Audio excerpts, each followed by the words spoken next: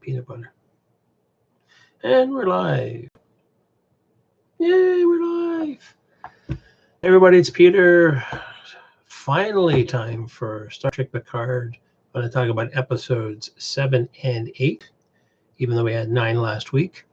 Episode 7 was Nepenthe, which comes from one of the Greek Homer's old writings, talking about a drug that basically gets rid of your woes and your grief. And episode 8 is called Broken Pieces. I'm really sorry for the delay, but we've got a bunch of things going on with the coronavirus. Life has been up and down for me. Family things, had to take care of some people. I've been up and down. I haven't been up for it. I was even going to try last night, and my energy levels and some of stuff going on in here is just really messing me up. So I figured, you know what, instead of recording and editing and all that, I'm just going to go live. I'm just going to talk about it. I've got my notes over here. I may stumble, but we're just going to go with this. I'm going to go guerrilla style with this. And then what I'm going to do is for episode 9 and 10, I probably will properly record and post my thoughts after episode 10 is over, probably a few days after that. And as always, don't forget to hit the subscribe button, hit notifications, and like. I am still trying to keep posting on a regular basis, and let's just jump into it. And always, with every episode, we start off, we're going with episode 7, Nepenthe. And that's, again, starting out with a flashback. Instead of going 14 years back in a flashback, we're going back a few weeks before the story starts. If you go back to remember when Aggie was Agnes Girardi, she's having her lunch outside of the Daystrom Institute, and there was that scene with Commodore O showing up with her Men in Black shades. Well, we never saw what the conversation was. Well, now we're flashing back to the actual conversation, and always talking to her about, this, that, and the other thing, and do you know what's going on, and what happened with Maddox. And she says, well, I have to show you something. And a couple of points were brought up at the time of that episode. Things like, just couldn't tell her what was going on and what's happening with the synth attack on Mars and that kind of thing. She had to show her. So she takes off the shades and, excuse me. No, I don't have corona. I just have chronic scratchy throat from the meds I take. And I just had the peanut butter crackers, which just messed it up too. Anyway, she actually does a mind meld with Agnes, so that confirms that yes, she is Vulcan, because only Vulcans can do mind meld. There was talk about maybe Romulans can do mind meld because they are an offshoot of Vulcans, but I think the Romulans did leave Vulcan at the time during the wars, so I don't think the Vulcans were quite yet, doing their Zen inner peace thing. Excuse me. So they hadn't done any of their mental training disciplines, that sort of thing. But some people did bring up the point that O didn't ask permission, because normally you see that, Sarek asked Kirk in the movies, and Spock usually asks you if I can mind meld with you, except when he had to pass his Catron, the McCoy in the movie, Wrath of Khan. She just goes in for the meld without asking permission. So some people are like, yeah, consent violation with that, and just basically throws a whole bunch of imagery at Agnes of what's going on. Basically, it's death and destruction. The synths are going to come, and there'll be a war, and all hell will break loose if we don't do something about it. And supposedly that's why we find out later on in episode 8 and in episode 9 why the Zat Vash really don't like synthetics or androids, that kind of thing, because it could be and there's also the comment of the destroyer earlier on when when Ramda first met Agnes. Soji. And everything messed up here. That's another thing I'm finding with these shows. There's so much information. We've got so many characters. They don't seem to know how to handle it. And I thought about, I'm introducing my friend the Firefly, and with Firefly, we've got 9 characters, 10 if you count the ship, maybe you look at the making of. And they seem to handle all 9 characters very well. Everybody gets a chance on camera within a 1-hour program, and everybody gets a turn, and it's all taking place, but it's not like here. We've got I'm not going to do a head count, but say if we even did have 9 characters. But then we always seem to have 3 to 4, scene areas. We have like the cube or the ship, or in the beginning was Picard's vineyard. So in this episode, we're on the Borg cube. We're on the Borg cube. We're on the ship, La Serenia. Finally remembering that name. And we're also on Nepenthe. Actually, that's the name of a planet for this episode. So we're in 3 locations,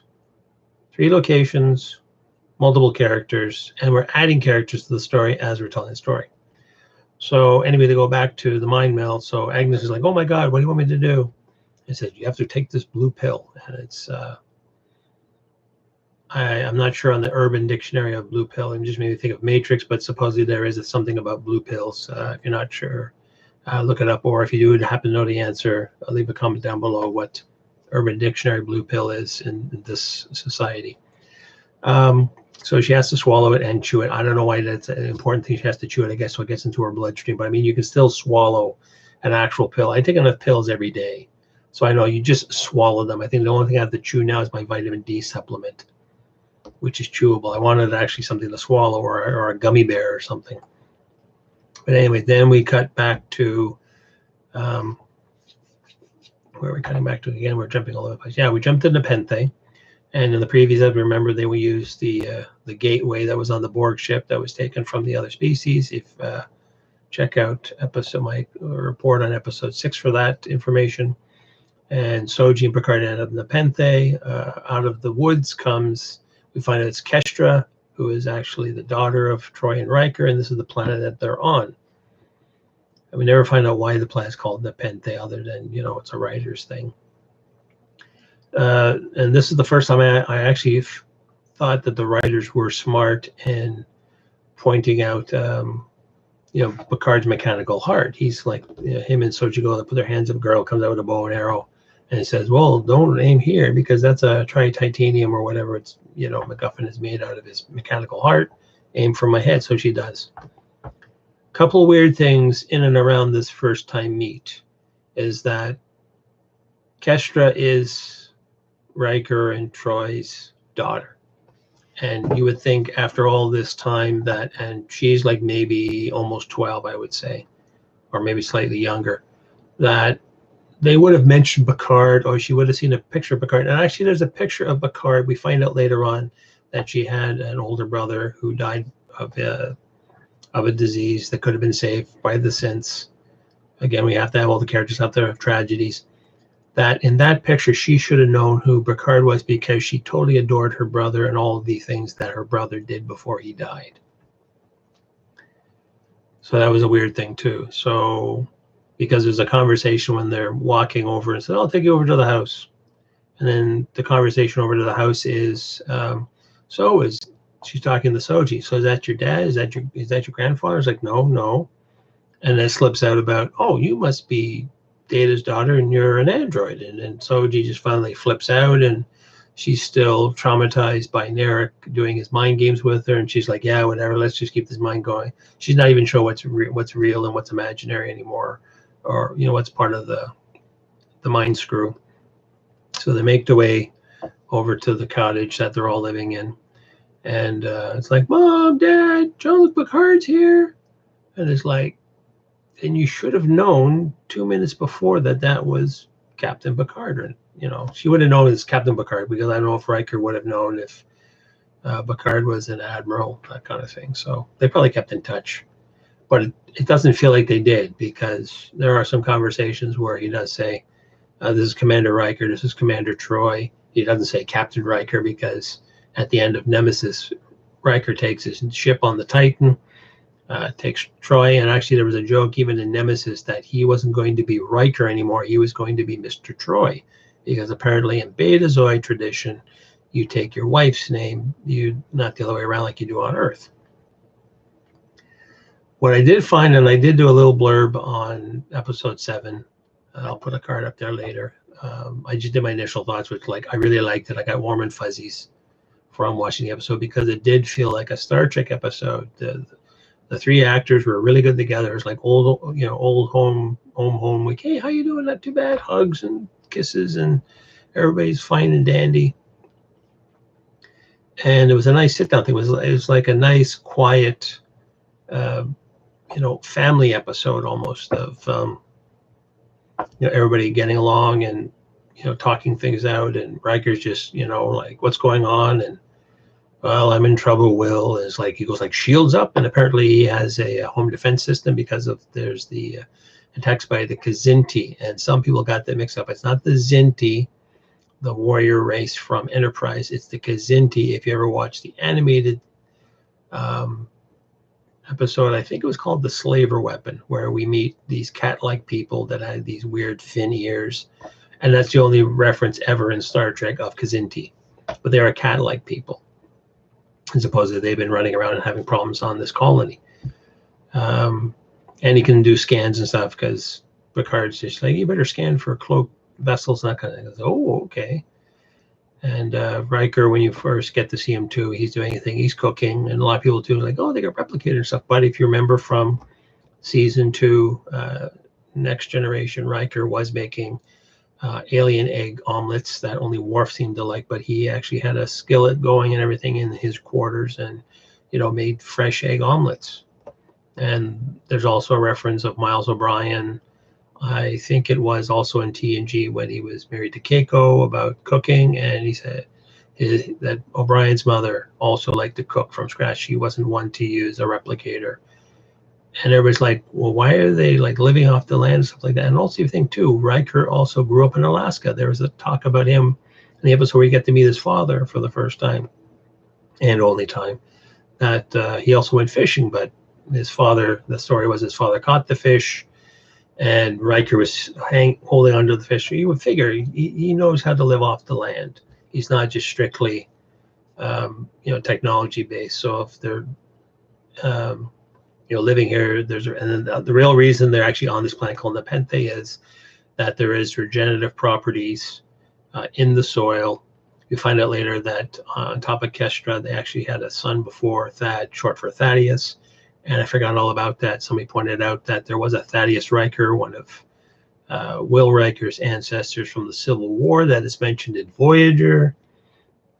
That when they were having the episode where the 1Q, I think it was called Quinn, wanted to break away from the continuum, that Riker was pulled in to be an arbiter for Quinn, and that supposedly Quinn back in the day saved, great-great-grandpa Thaddeus Riker's life. So that's why his son's called Thad. So again, the writers are doing a bit of homework, but not a lot of homework.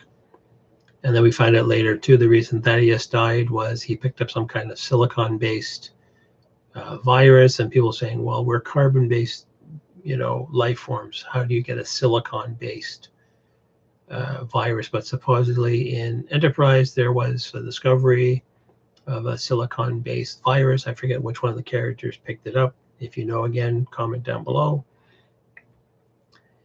And that's what Thaddeus died of. And supposedly, if they could have found a cure, if they could have gotten a host brain of a synthetic or an android, and they could have saved his life, but already the ban was in place. So again, we're putting tragedy on the Riker. So it's almost like every character here has, we all have tragedy in our lives. I've lost, relatives, and, things have happened in my life, but I find I want to watch a show to sort of forget about today, and I want to have an adventure. I want to have some enjoyment. I don't want to see, and a lot of people saying, well, I can relate to this. Yes, you can relate to a degree, but if I want to have something disheartening and saddening, I can turn on the news and see what's going on. And right now we've got the virus going on. So I don't want that. I want a bit of escapism in my life. And that's what I used to go to Star Trek for. Hey, there's a really good thing.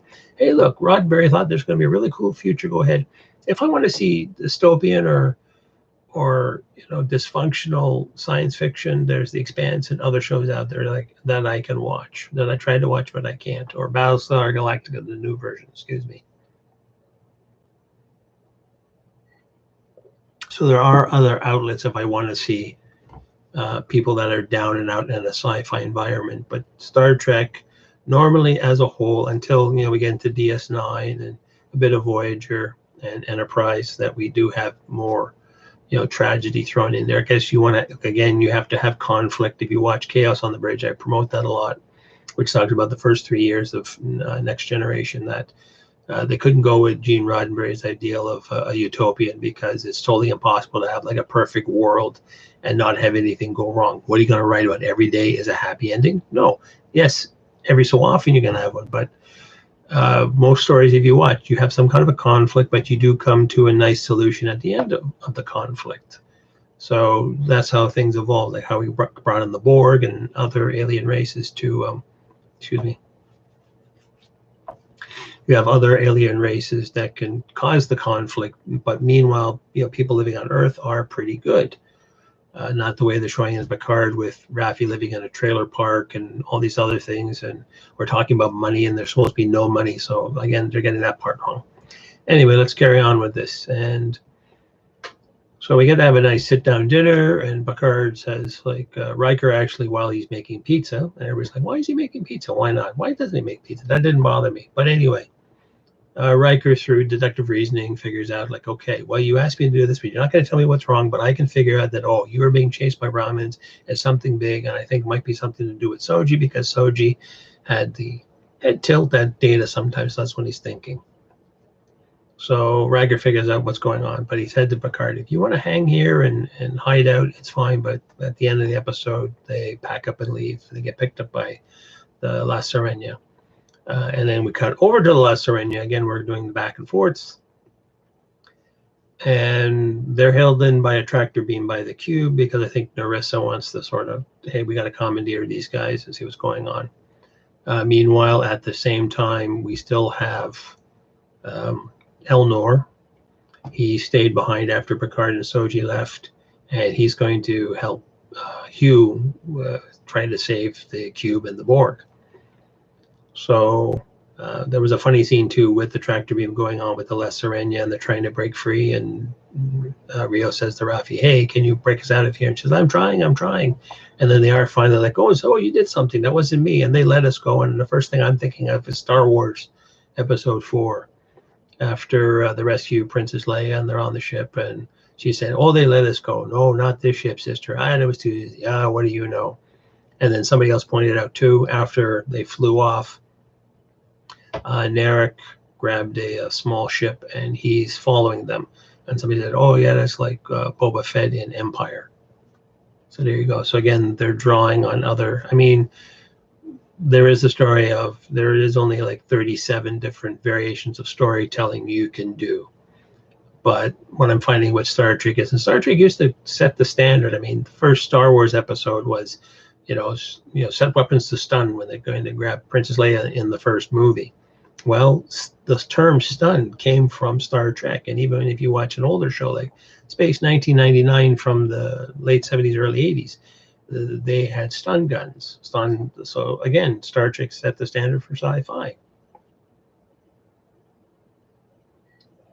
But now what they're doing is they're borrowing from everybody else, and to me, that's like really lazy. Like, why are you borrowing that? Make up something new. Why you keep borrowing from other franchises and other, ideals that, you're smart. Well, that's the argument with a lot of some of us fans are just like, yeah, what the hell are you guys doing with this? This is not, and again, that's the main argument. This is not Star Trek. So anyway, La Sirena breaks away. Narek is following them behind them. And there was another weird shot too when they're traveling through hyperspace. It's not warp, that's for sure. When they literally, if you could look out a back window or rear view mirror, you see Narek is like so far, like the ships are like this far apart almost in space. And normally, even if a ship is following another ship, there will be like, hundreds of thousands of kilometers distance, and then they're saying like, no, he's on our tail. And it's like you're watching like a cop TV show. Oh, we got a tail, and you can look behind you and like, hey, I can see the ship back there. They should be able to detect it with sensors, but not visually confirm that, yeah, there's a ship behind us. So Rios does some trick where he hits the brakes. He'll fly right by us like Maverick on Top Gun, and somehow they think they lose what do you call it, Narek, and they're trying to figure out how the hell is Narek following us? I'm doing all these tricks and he's still behind us. And then Rios thinks maybe there's something up with Raffi when she went down to the planet on what was it, the Cloud City planet, Free Cloud, when she met her son, and then she, for some reason, she comes back, and there's a conversation where it's like, oh, maybe she's a traitor or something, because something's really well, because Aggie can't be a traitor. And then when he's talking with Agnes, Agnes is like, no, it's me, silly. And he's like, doesn't even hear it. He's like, no, it's got to be Raffi, because Raffi wasn't here, but you were always here, not realizing she swallowed the tracking chip, about a month ago. But Sailor saying, no, I did it.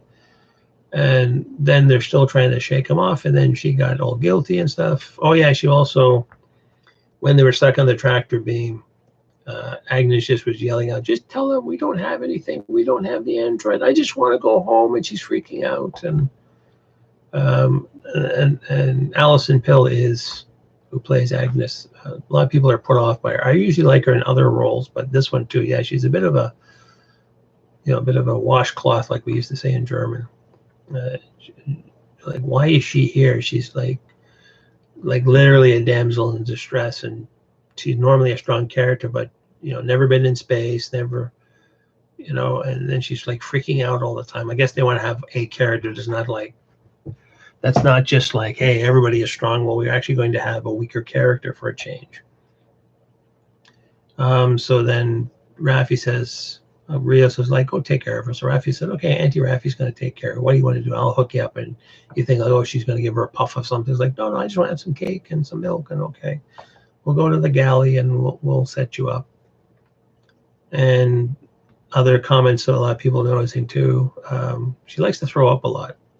She threw up when she had the mind meld, and she was eating the cake, but I guess she was still grieving over killing Maddox. She's throwing up again, and then when Rios shows up on the galley, says, oh, she's coughing up blood? No, it's red velvet cake. Tee hee.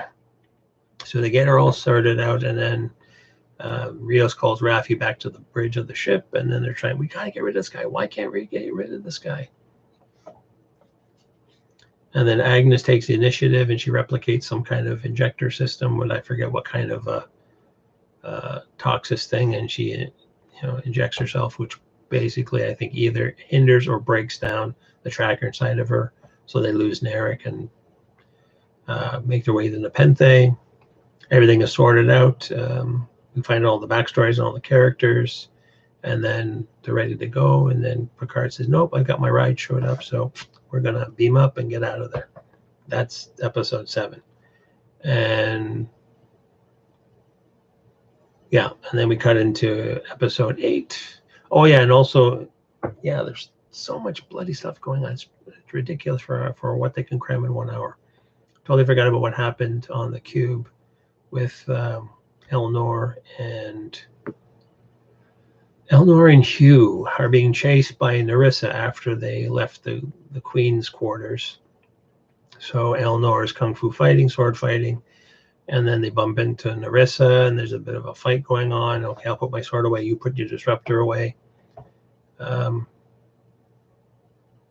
even prior to that, Narissa is tormenting Hugh by saying, like, if you don't tell me what I want to know, I'm going to kill all the XBs. And they have a firing squad, and it reminded me of like some weird Nazi World War II movies. Like, if you don't tell us what you want to know, we will kill the villagers.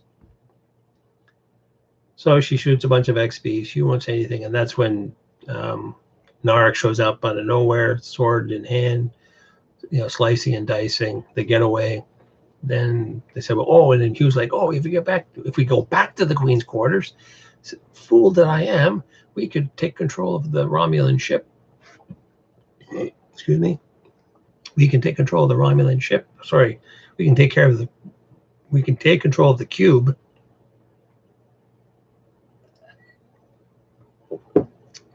We can take control of the cube and get rid of the Romulans. Hey, great idea. And of course, they meet resistance on that. They see Narissa again, and that's when Eleanor and Narissa start talking to each other in Romulan. He said, like, oh, I'm Tal Shiar, and says, oh, you're one of the fighting nun boys or whatever. and they go at it. And of course, there's a bit of a fight. And in the middle of the fight, she manages to throw out a dagger and take out Hugh. And this brings me to another point of everybody in a lot of the Facebook fan groups. Oh, let's bring so and so back. And this is my argument back even with Discovery. Let's just stop bringing back characters and let's just introduce new ones. But what I'm finding with Picard is every time we bring back a B-list Star Trek character from Next Generation, what did they do? They all die. We brought back Maddox. He got killed. We brought back Hugh. Hugh gets killed. And I forget who else gets killed. Oh, and Icheb from Voyager. He got killed. So we're bringing back characters, but they're getting killed. So what's the point of bringing back a character? The writers are just going to write them off. Unless they're a big main character like 7 of 9 or Picard. Obviously, they're not going to get killed. But anybody else in Riker and Troy, obviously. But anytime you bring back one of the sub-characters, gone. So what's the point? So yeah, then we lose Hugh. Oh, and that was the other part of the end of the episode too. What do you call it? Eleanor runs away after Hugh got killed because Narissa's going to come after him. And he finds, I think, Hugh's office, and there's a Fenris Ranger badge hanging on a thing, and he hits it, and that's all sort of wraps up the end of the episode. So, Picard reunites with the ship. Eleanor calls for help, and that's it. So now we cut to episode 8, which is called Broken Pieces, which is actually, I think, a lot of the fan base is becoming Broken Pieces. There's so many people, I've seen reviewers. Some people that I follow have stopped reviewing. There's other people that are like, I won't say hardcore, but really, I won't say true fans. That's a silly thing. But people that are really into the show, that they're just like, what are they doing to the show? And the show is really stupid. But then you got the opposite argument. I'm seeing so many people that has been fans as long as I have, or they're older than me and they've been fans, but they're totally accepting of what's happening in the show. And I find that sort of disconcerting too, because how can you like this? This is not Star Trek. And then the argument is, well, there was death and destruction, and there was the Borg and the Jem'Hadar and all this fighting and whatever. And says, yeah, but it was done in a different way. And then every once in a while too, excuse me, talking too long. Let me grab a candy here. Maybe that'll help. We can cut some of this stuff out after.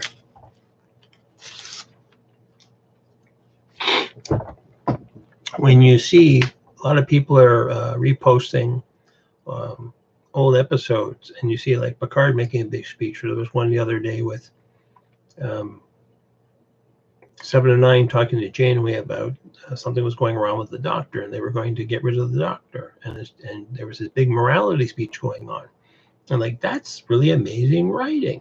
Like, why are we seeing this kind of writing?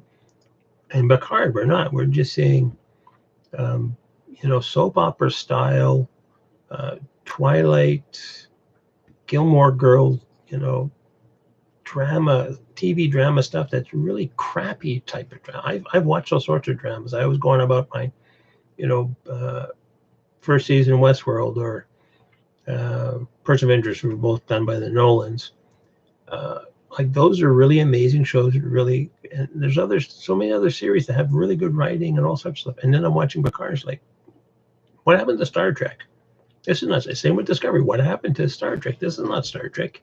Even the last couple of movies with JJ and the gang. It's the same crew. When you think of it, it's the same production company that's doing all these shows. So yeah, let's jump in the Broken Pieces. So Broken Pieces actually does another flashback. So we're back to the 14-year flashback on some strange planet called, it's spelled AIA, so I don't know how you pronounce that, Aya. And we're seeing a bunch of Zatvash, and this is the planet that's surrounded by 8 suns, and there's this broken world in the middle of it all.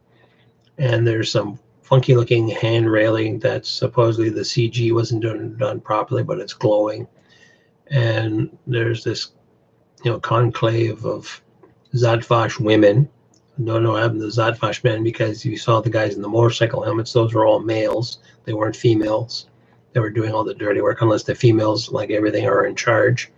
And they're sending the males out to do dirty work. I don't know how the Zodfash are organized. But there's a bunch of them. It looks almost like the previous joke we had a couple of episodes ago too, but it's not the Zodfash, it's the Bene Gesserits from Dune. Oh, and they were talking about the warrior nuns that Eleanor came from. Same kind of idea. And they're doing this big ritual of, like, you have to grab the handrail to find out what the big dangerous thing is. And other people point out too, if you grab the handrail, you get to see the imagery that Agnes saw in the previous episode that O gave to her, and you actually see O here. So then we find out that O is part of Zodfash, and later on we find out that somehow she snuck into and got went to the academy and got into the Starfleet and worked her way up to the ranks to become the head of security for Starfleet.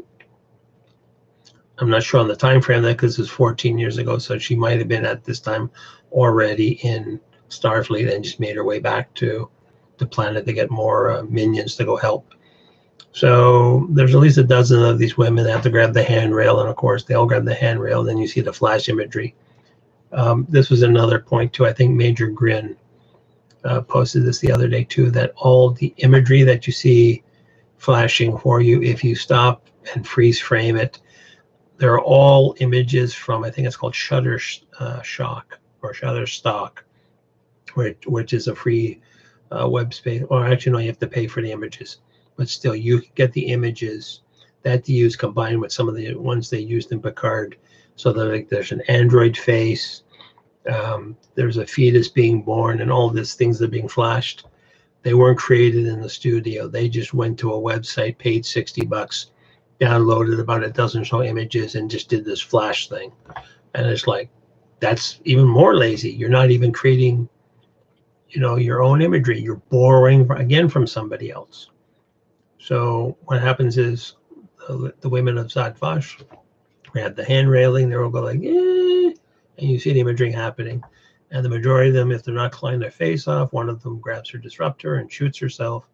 Other ones are literally bashing their heads into a rock, because supposedly all this imagery is causing them to go insane and take their own lives. And the only survivors left are because she already knows about this, so she didn't grab it.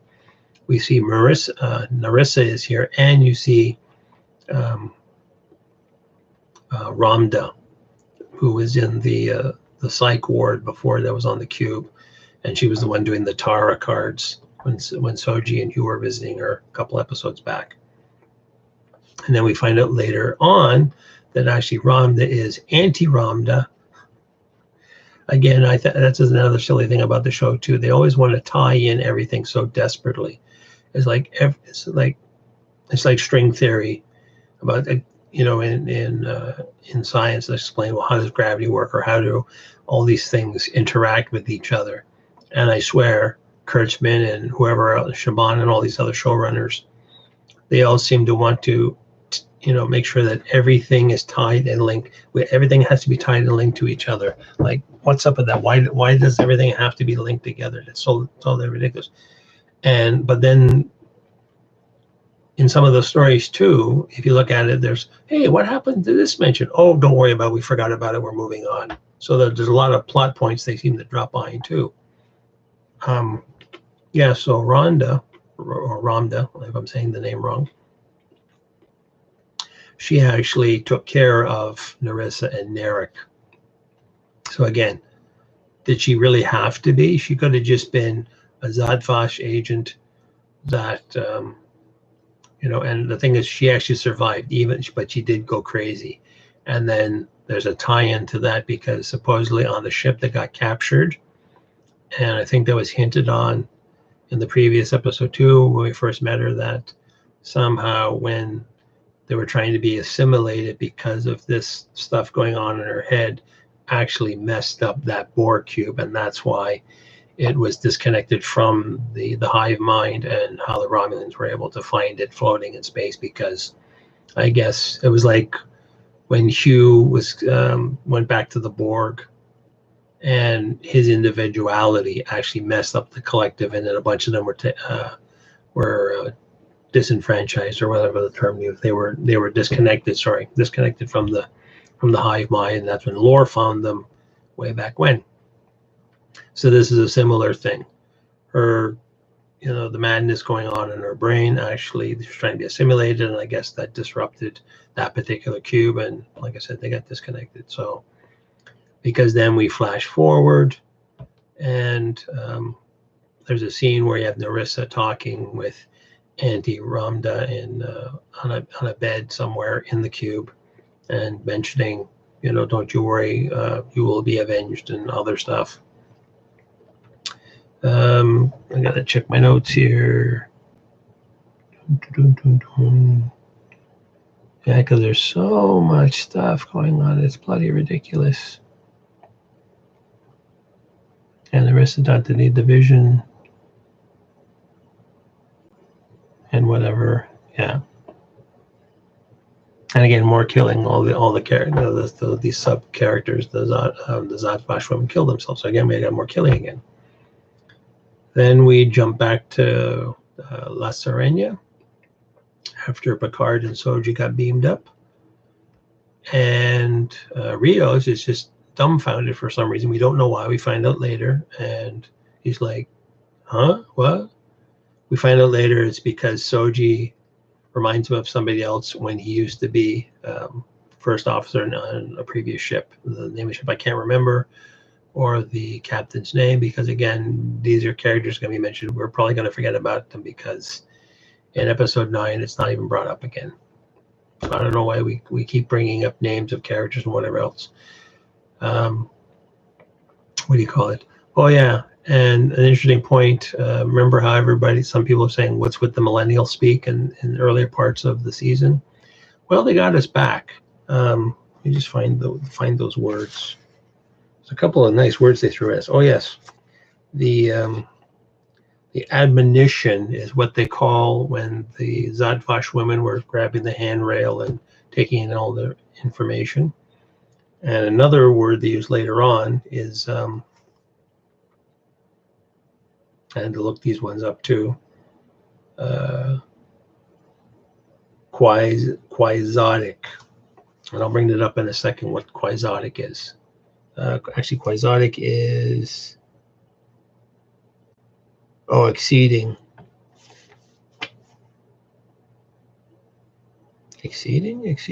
idealistic. Yeah, being idealistic. Heaven forbid you were idealistic in Star Trek. So anyway, they beam aboard. Rios is like, "What? Picard, you brought somebody." He doesn't say anything. He's just sort of standing there. What's going on? And Picard says, "I need a secure channel open right away to Starfleet, and we need to go to DS-12." And Rios is like, and we find out, like I said, he's dumbfounded because Soji reminds him of somebody else. And then he finally comes to, right, I'll set a course for Deep Space Nine, and then I'm done with this mission, Picard. And then he runs away and he locks himself in his cabin. Raffi's trying to figure out what's going on. And what do you call it? Oh, yeah. And then Picard's taking Soji and says, "Come with me." And Raffi confronts him and is like, "You're bringing another strange girl onto the ship?" And it's like, "What are you talking about?" And then she said, "Oh, by the way, Agnes killed Maddox. She's in sickbay right now." And then does a quick explanation about she injected herself so Narek doesn't follow them anymore. And then grabs a phaser off the rack and points it at Soji and says, like, "Tell me what the hell's going on," kind of thing. It's like, "Put that gun down. And if you don't put that gun down, you're only going to have to shoot me." And she's like, "Yeah, you're always bringing somebody on, and something's wrong with these people you keep bringing on." And then it triggers her conspiracy theorist thing. Well, then Picard puts Soji off to the side. He goes over to Agnes, who's in sickbay, and confronts her about killing Maddox, and she confesses to it. While that's going on, Raffi trying to figure out what's going on with Rios. He bangs on her door, and he's just like, "Go away!" I said, "What's weird? What's with Rios? Why is he freaking out?" So what does she do? Oh yeah, she also does. I told you so with Picard while he's talking to Agnes, and she says, "Well, if I got to tell somebody off." So she goes back to the bridge, and she thinks it's Rios piloting, and it's not. It's the we find out it's the emergency navigation hologram, the one that sounds like a leprechaun. And she thinks she's actually talking to Rios, and she's like giving him shit for whatever reason. And then she finally realized, wait a minute, which one are you? And he says who it is. And then they start talking about somehow about I forget the term, octenary, basically an 8-star system. And because something comes up in the note she read somewhere, and this is pointing back to the planet of grief, AI or whatever it's called, where we had that opening scene. And he mentions, which they did a bit of research, a septenary system, which is I think it's in the Scorpius constellation. There actually is a star system, real life, of seven suns orbiting, 7 stars sort of orbiting in a certain way around each other, almost like like you take a binary or trinary system. Well, then you got a 7-ary system. I'm not up on the mathematical terms. So she thought the conclave of 8 means something else. Is actually, it means this funky star system that's somewhere that we don't know where it is.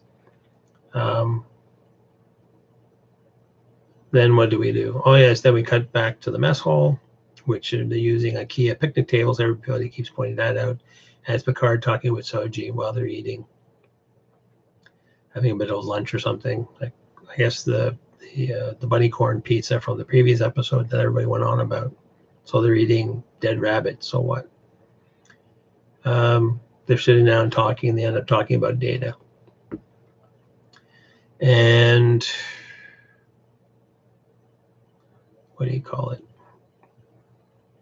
And then Soji's like, well, what was Data like? And then they're still going back on, and that one I don't really believe either, that they're portraying Data and Picard as friends. They were friends in the movies, but I've seen some clips that remind myself. There's somebody actually put up a clip about, oh yeah, they were the best of friends, and even the guys at Red Letter Media said, like, no, they were workmates. They weren't friends. It was like he was the captain, he was the ops officer.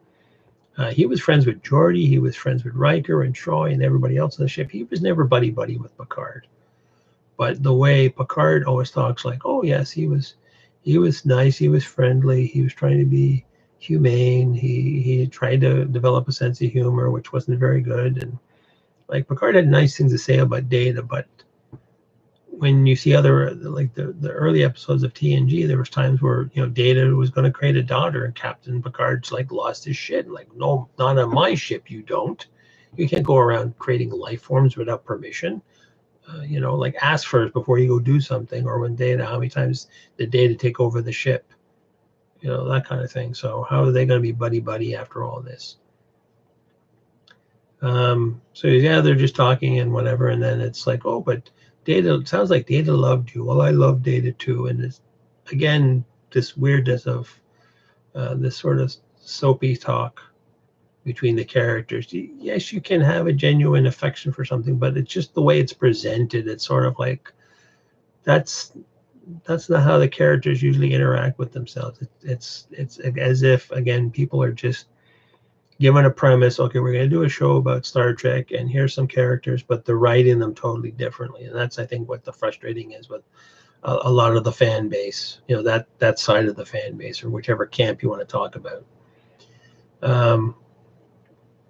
And then actually everything gets sorted. Then next thing you know, what do you call it? Oh, and then we cut over to Raffi finally shows up in Rios's room, but just prior to that, he's actually going through his footlocker, and he has a little cigar box with all his memorabilia in it.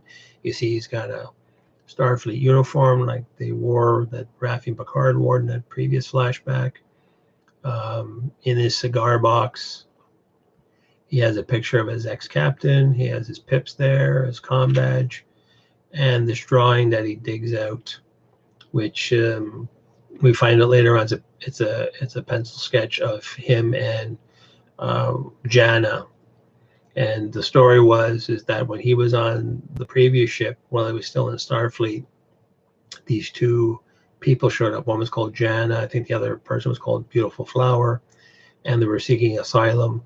We find out later on that they're synths. They were androids. We find out, spoilers in episode 9, that they're Sung androids or Maddox created these people, and they were looking for some kind of refuge. And I forget if that took place before or after the Mars attack. I'm assuming it took place after the Mars attack, because what happens is, I'm not sure if Rios' captain reported in the Starfleet and then gets a communique from Commodore O that, oh yes, these are dangerous individuals. You will kill them. It's level whatever priority. It's a black order. You will kill them, or else we will blow up your ship because those are two dangerous individuals. So then, and this is a weird thing too. Okay, I'm gonna have to do what I'm ordered. And Rios' captain grabs a phaser and shoots both androids, and then later shoots himself over the gilt. And then Rios is ordered to cover the whole thing and everything happens. And I don't know if he just left Starfleet at that point, or if he was just let go from Starfleet. I don't think that was fully covered. Now, slightly just prior to all this story going on, when he's talking with Raffi, is that there's a scene where she's talking to all the EMHs, or all the holograms, let's say. And I think there's like 5 or 6. Oh, we mean a new one called Ian, who, of course, he's the engineer. How can I help you there, lassie? There's even a joke in when she's talking to the other ones, like, that's not even a language when he's talking Scottish. He does all the accents really good, except when he does the Irish one. Everybody says he sounds like a bloody Lucky Charms leprechaun. Even Irish people who do reviews totally hate that accent, which I can see why. It's kind of an insulting accent.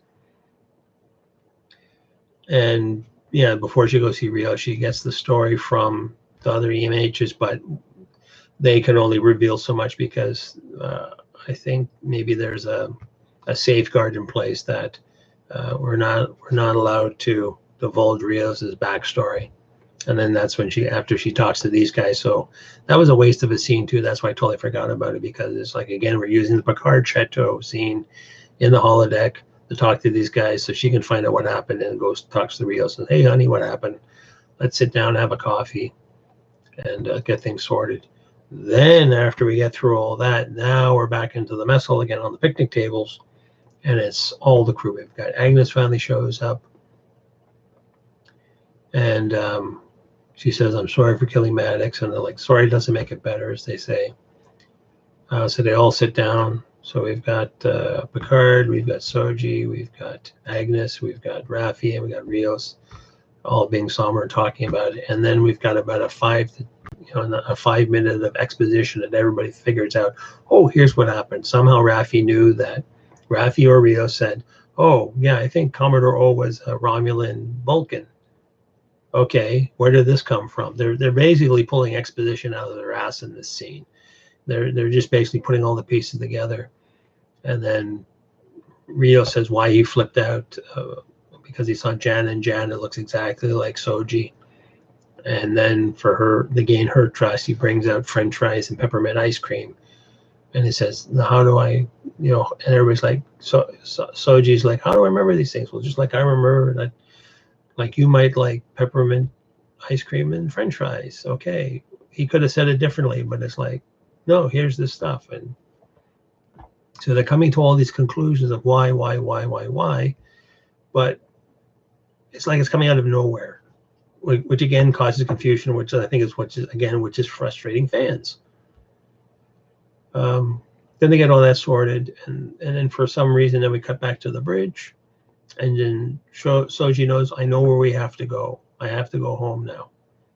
Because they figure out where this planet is, because in episode 7, I forgot to mention that too, Kestra, there's a local Starfleet captain or some ship captain in the nearby village that she's actually was texting and got the information, oh, this is where the planet is.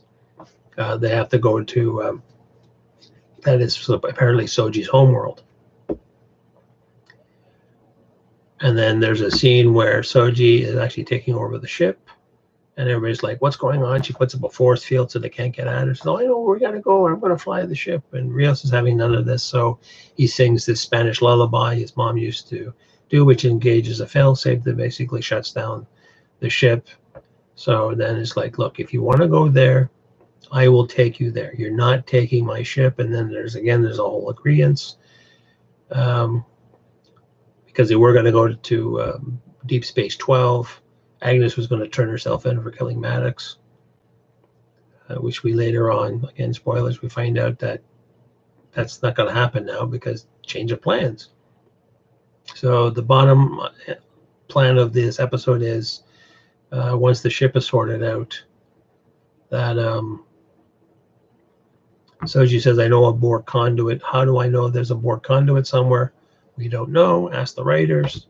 And they plot a course to that. And then somehow, just before they jump into it, Narek shows up. How did Narek show up? They figure out that maybe he conjecturally figured out, oh, yes, but how did they know if they did those stop jumps and they lost track and they got rid of the tracker? Said how he's going to know. And they were actually going, at that time when he was following, they were going to Nepenthe. Well, now they're going to DS-12. How did he know they were going to go to DS-12 and then change course to this Borg transwarp conduit?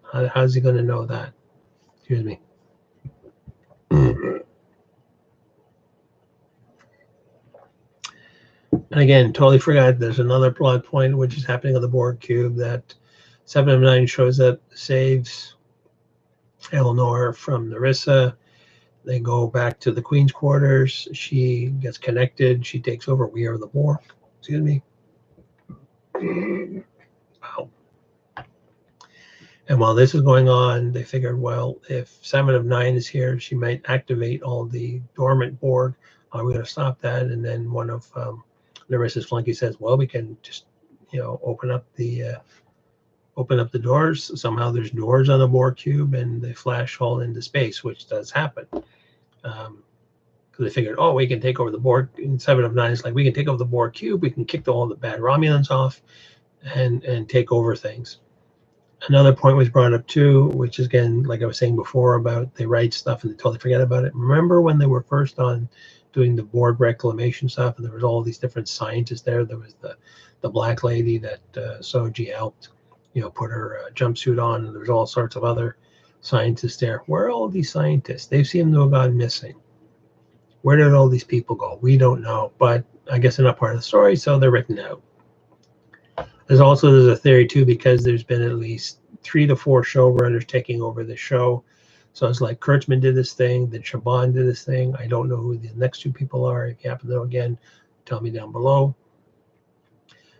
And that's why everything seems disjointed. It's just like we're going so far, and then, okay, we've got this little chunk, and we've got another little chunk, we got another little chunk, but the chunks don't line up or thread into each other. It's almost like, it's disconcerting as a viewer. A lot of people are not knowing that, but I guess some of us, like me, my brain won't shut off, or I'm like, that doesn't make sense, kind of thing. And the latest thing too, a lot of people have been posting, oh, it's just fiction, and just ignore the fiction. It doesn't matter if it's fiction or not, if it doesn't make sense. If something doesn't make sense, your brain's just going to go, yeah, what's up with that? Why are we doing these things? That's what the frustrating thing about watching these last 2 series. Excuse me.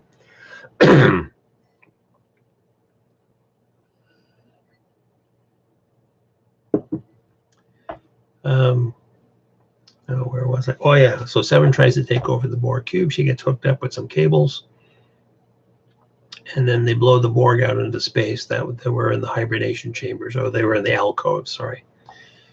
And another point was brought up too. If you watch Star Trek First Contact, sorry, Borgs can survive in space, but apparently now they don't, because they're all like, oh, because 7 of 9 goes, oh my God, we lost all the Borg.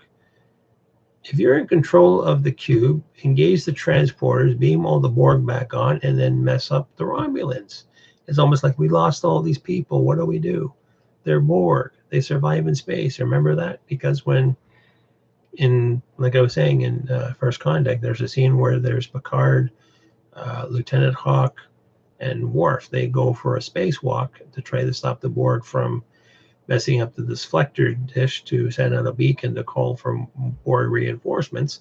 There are Borg working out on the ship in space. No spacesuits. Borgs.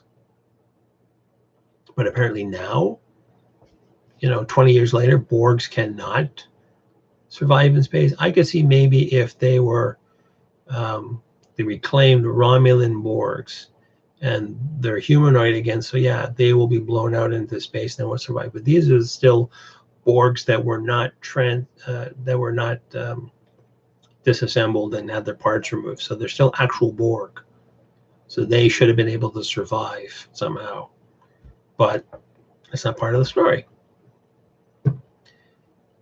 And then what happens? And then we're kind of left at that point because, and then 709 disengages herself because she still has stuff to do, and she takes Eleanor. Eleanor, I don't even know why they brought in Eleanor. There was one episode where Picard said, "No, we have to make a pit stop. We have to go pick up Eleanor because we're going up against the Zod Faction. The best people I know are the warrior nuns. And Eleanor is a great swordsman. We need somebody with a sword. Why do we need somebody with a sword in a realm of, phasers and disruptors and energy weapons? Why do we need a sword?" And the best fighters, to me, Klingons, Breen, and other races are good fighters. Elrond fought 2-3 times, and the rest of the time he's comic relief. And he's barely used. So what was the point of all that? And this too, he's just he's tagging along like a lost puppy. So yeah, I think we'll just leave it there with the Borg cube that, 7 has other plans. They almost got Narissa because she was going around killing everybody, doing double gunshots, pew, pew, pew, pew, pew, pew, and shooting everybody in sight. And then there was one scene where she's going down a hallway and all these Borg jump all over her, and then I think she did an emergency beam out because she's like, dang, we almost had her. But yeah, I wanted to do this in like a few minutes. It looks like I spent about an hour doing this, but yeah, this is so ridiculous. There's just so much stuff that goes on just in even one episode, and then that's why I wanted to do a double one, like the guys over at Red Letter Media. They actually did a 3. They did 1 in 3. I think it took them an hour to cover, and not all the parts, but yeah, they did like 3 episodes, 6, 7, and 8. Go check them out for sure, because those guys really know their shit when they're talking about Star Trek. But I feel like Rich, like, why you? I feel like Rich to Mike, why are you dragging me into this? Why are we talking about this?